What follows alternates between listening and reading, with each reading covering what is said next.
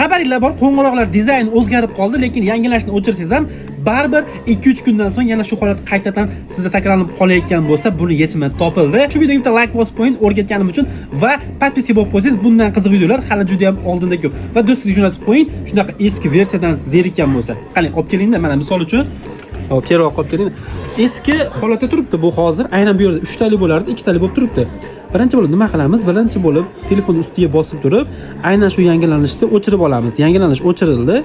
O'chirilgandan so'ng qarang, mana hozir o'z o'rniga qaytdi, mana ilova etdi. Endi qaranglar. Endi Play Marketga kiramiz. Play Marketga kirib turib, qidiruv menusiga yozamiz. Telefon deb yozamiz. Telefon. Aynan telefonni yozganimizdan so'ng, aynan hozir mana bu bizning telefonimiz. Siz ko'rasiz, qaysi biri o'zingniki, qaysi biri o'zingniki emas.